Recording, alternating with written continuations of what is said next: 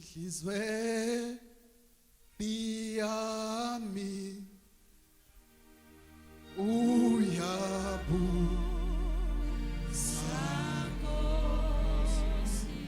enhlizweni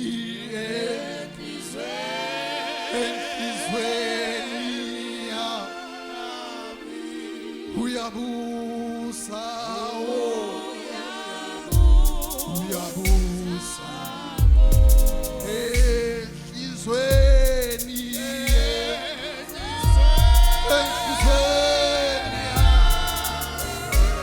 uyabusa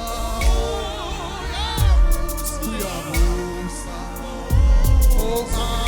angimboni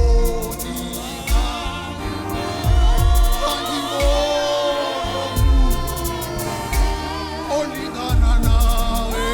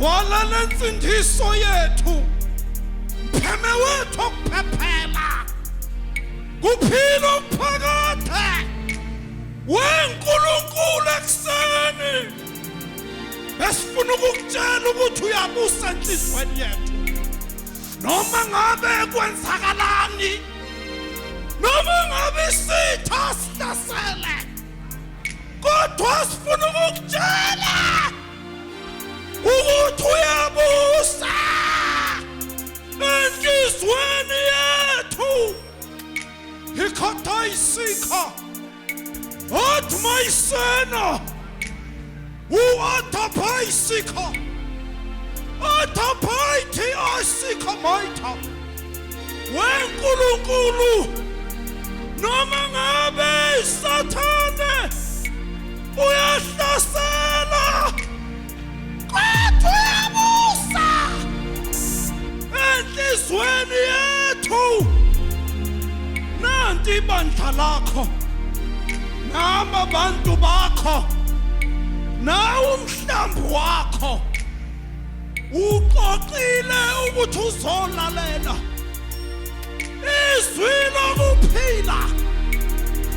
Philisa ibandla lakho, philisa abantu bakho lapha inhliziyo esidangeleyo weNkulunkulu ekseni silibandla lakho siyakhothama sibheke ngesolomusa. Khuluma Nkosi ngathi uyaqala. Ngoba baba ngoba indlu yakho nangu umkhonzi nayinceku imile esikhaleni izomela ibandla lakho weNkulunkulu. Siyathandaza ekseni asikho isikhali esilolwela abangcwele bakho esinamandla okuphumelela.